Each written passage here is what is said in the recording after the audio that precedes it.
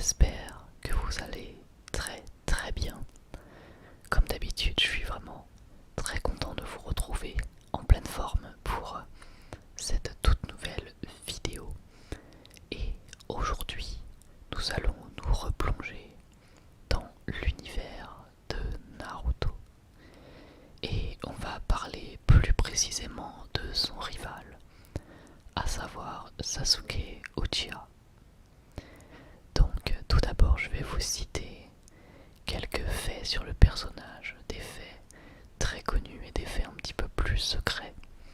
Et ensuite je vous donnerai mon avis sur le personnage et ce qu'il apporte au sein de l'œuvre. Donc eh bien écoutez, nous allons commencer avec le premier fait qui est comme d'habitude la date de naissance. Sasuke est né le 23 juillet et il a 17 ans dans Naruto Shippuden.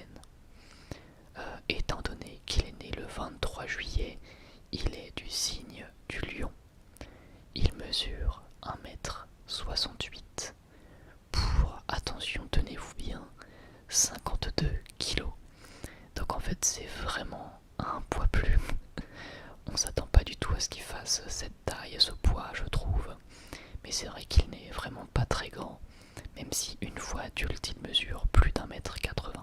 Il n'aime pas la nourriture sucrée, et en revanche ce qu'il préfère ce sont les onigiri et les tomates. Sasuke est ambidextre, ce qui est un peu dommage étant donné qu'il a perdu son bras à la fin de Naruto Shippuden, donc un talent un petit peu perdu. Il possède un spin-off qui lui est dédié du nom de la légende du Sharingan de Sasuke Uchiha. Par contre, c'est un spin-off qui est fait en chibi et c'est réalisé par l'assistant de Kishimoto, tout simplement. Son doubleur est Noriaki Sugiyama et il a doublé entre autres Shiro Emiya de Fate, Vinsmoke Ishiji de One Piece et Uryu Ishida de Bleach. Il n'a pas fait non plus énormément de rôles, mais c'est souvent ce qui arrive lorsqu'on double un personnage majeur d'une série qui continue pendant des années. On imagine qu'il doit avoir un emploi du temps extrêmement chargé, sans compter les jeux vidéo, etc. Bref, ça doit lui faire beaucoup de travail sur Sasuke. Ensuite, à la base, Sasuke ne devait pas exister. Mais suite à une discussion avec l'éditeur, ou plutôt le futur éditeur de Naruto, eh bien ils en ont conclu que Naruto avait besoin d'un rival. Donc Kishimoto a alors beaucoup travaillé pour faire de Sasuke un parfait rival avec beaucoup de codes du rival qui reviennent souvent pour Sasuke. Et il a été principalement inspiré par Ieii de Yu Yu Hakusho. Ensuite, Kishimoto a dit qu'il était un des personnages les plus durs à dessiner, parce qu'en fait il voulait lui donner à chaque fois un air sérieux, sauf que du coup il paraissait souvent comme trop vieux, puisque Sasuke est censé être un adolescent, et souvent il avait le visage trop crispé. Mais cependant, ça reste un des personnages qu'il préfère dessiner, tout simplement parce qu'il aime bien son design, qu'il a dû d'ailleurs simplifier, puisqu'à la base il voulait mettre des espèces de fils sur les bras et les jambes, un petit peu comme ce qu'on peut retrouver sur la première tenue de Naruto, mais au final il a abandonné parce que ça allait devenir trop compliqué à dessiner quotidiennement. Sasuke a repris la gestuelle de son frère qui est de mettre les deux doigts sur le front d'une personne en guise d'affection et de protection. C'est quelque chose qu'il refera sur son épouse Sakura et sa fille Sarada. Sasuke est capable d'invoquer le serpent Aoda et l'aigle Garuda.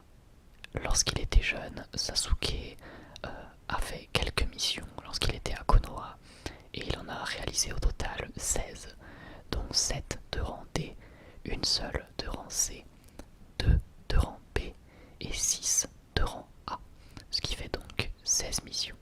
Ensuite on va passer au sondage de popularité de Naruto au Japon et vous allez pouvoir constater qu'il a eu de très bons classements, puisque au premier sondage il est arrivé 3ème, au deuxième sondage il est arrivé 4ème, au troisième sondage il est encore arrivé 4ème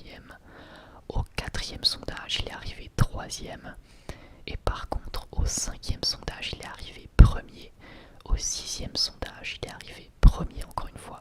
Et au septième sondage, il est arrivé deuxième. Donc autant vous dire que Sasuke est un personnage très populaire dans le monde, mais également au Japon, puisqu'il a quand même terminé 2 fois premier, une fois deuxième, et globalement il a toujours été dans le top 10, donc c'est vraiment remarquable, surtout quand on voit le nombre de personnages qu'il y a dans Naruto. Le nom de Sasuke lui vient de Sasuke Sarutobi, qui était un membre extrêmement talentueux du clan Sarutobi. Quand Sasuke a désiré affronter 5 Kage à la fois, il n'avait que 16 ans. Donc autant vous dire qu'il était quand même vraiment présomptueux. Il est temps désormais de passer aux techniques de Sasuke. Il y en a quand même pas mal. Donc évidemment il possède le Sharingan, technique vraiment propre au Uchiwa. Ensuite il a le Mangekyo Sharingan, le Eien no Mangekyo Sharingan, le Rinnegan, le Shuriken Jutsu, la boule de feu suprême, la balsamine, les 1000 oiseaux ou Chidori, la technique du Kirin, qui est d'ailleurs une de mes techniques préférées de Naruto, ensuite l'Amaterasu, et enfin le Susanoo. Donc ça fait quand même un sacré panel de techniques très puissantes pour Sasuke. Il a été accepté à l'Académie des ninjas avec le plus haut score de ninjutsu, de kenjutsu et de taijutsu. Par contre, il avait le plus faible score de coopération. Bon, c'est rien de bien surprenant quand on voit la personnalité de Sasuke, notamment au début lorsqu'il est plutôt jeune ado. On voit bien qu'il est plus du genre à être solitaire et à tout vouloir faire lui-même que à vouloir faire du travail d'équipe, clairement.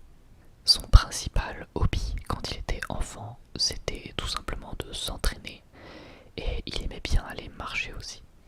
Et ça, c'est notamment quelque chose qu'on voit lorsqu'il était enfant avec Itachi.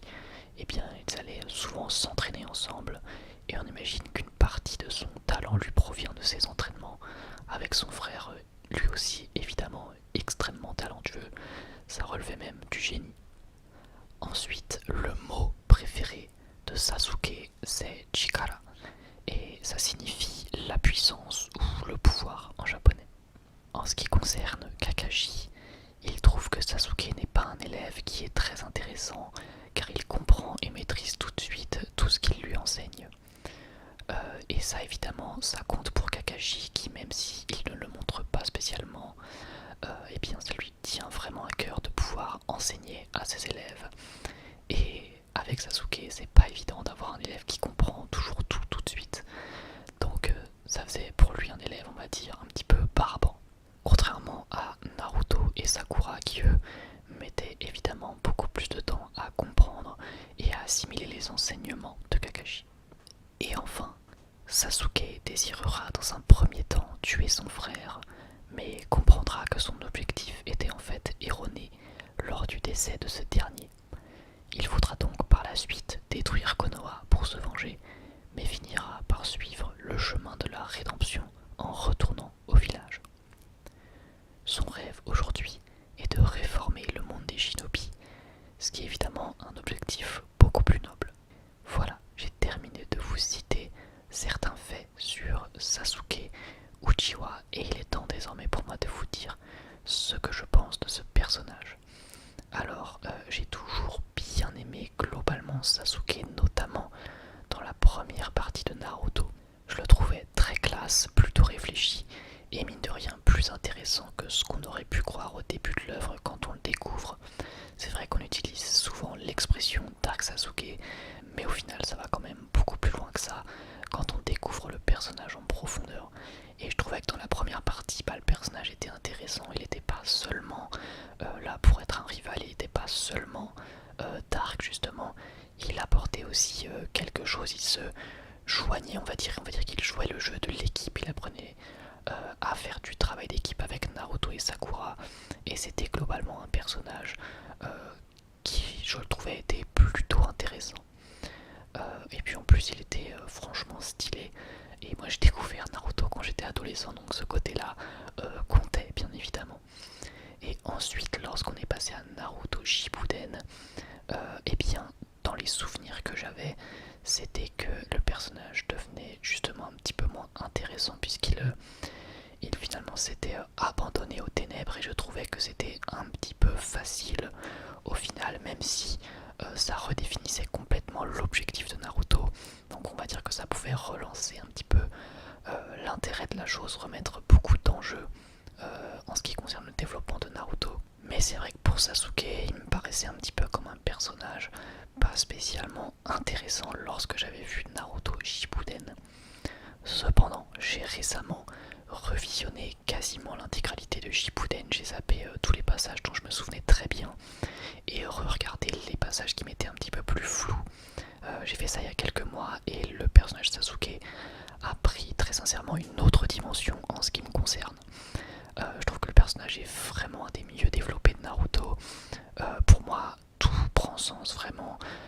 Après, on va dire la mort d'Itachi, pour moi, c'est à ce moment-là que Sasuke devient un personnage extrêmement intéressant, bien que même après ça, il y a des moments qui vont un petit peu m'agacer chez Sasuke. En fait, jusqu'à la fin, il y a peut-être des moments que j'aime un petit peu moins chez Sasuke, mais pour autant, je trouve le personnage, bon, déjà toujours aussi classe et charismatique. Bon, ça ne change pas. J'ai toujours trouvé qu'il était classe, que ce soit en termes de design, de technique et de manière de se battre, j'ai toujours trouvé intéressant. Mais même en termes de développement, il peut y avoir des moments avec lui qui m'embêtent un petit peu, mais pour autant, je trouve que c'est un très bon personnage. Encore une fois, depuis, on va dire, le décès d'Itachi, j'ai trouvé que le personnage avait pris une autre tournure. Et à la fin de l'œuvre, globalement, j'ai aimé le fait qu'il revienne au village. C'était peut-être une décision facile, on va dire que c'est peut-être pas une énorme prise de risque de la part de Kishimoto, mais pour autant c'est pour moi la suite logique des choses. Et même si je suis pas très fan de la fin de Naruto, je ne vais pas vous mentir, eh bien je trouvais que le retour de Sasuke au village n'était que la suite logique pour le coup de l'œuvre. J'ai trouvé ça cohérent, je trouvais ça normal, et surtout je trouvais que le développement du personnage arrivait à une conclusion qui était satisfaisante, et de ce fait le personnage je l'apprécie vraiment bien.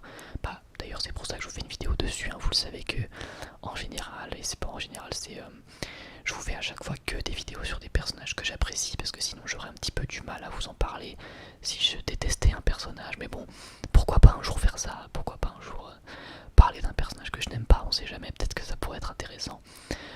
Mais en tout cas c'est pas le cas pour le moment. Donc écoutez, voilà ce que je pense de Sasuke. Pour conclure, un personnage intéressant, bien développé, et surtout avec on va dire un développement qui se conclut. Et ça c'est aussi important, ce n'est pas un développement qui est laissé en suspens, même si bon, techniquement le personnage continue d'être développé, puisqu'il y a encore Boruto qui continue, mais je n'ai pas vu Boruto, donc je ne peux pas vous donner mon avis là-dessus pour le moment. Voilà, écoutez, je vous remercie beaucoup de m'avoir écouté, j'espère que cette vidéo vous aura plu. N'hésitez pas à me dire dans les commentaires ce que vous pensez de Sasuke Uchiwa. Est-ce que c'est un personnage que vous appréciez? Est-ce que comme moi vous trouvez que c'est un personnage intéressant, ou est-ce que vous êtes plutôt à penser que c'est un personnage rébarbatif qui ne vous a pas plus passionné que ça? Écoutez, j'ai hâte de vous lire dans les commentaires, je vous remercie beaucoup pour votre soutien, et moi j'ai plus qu'à vous dire à la prochaine.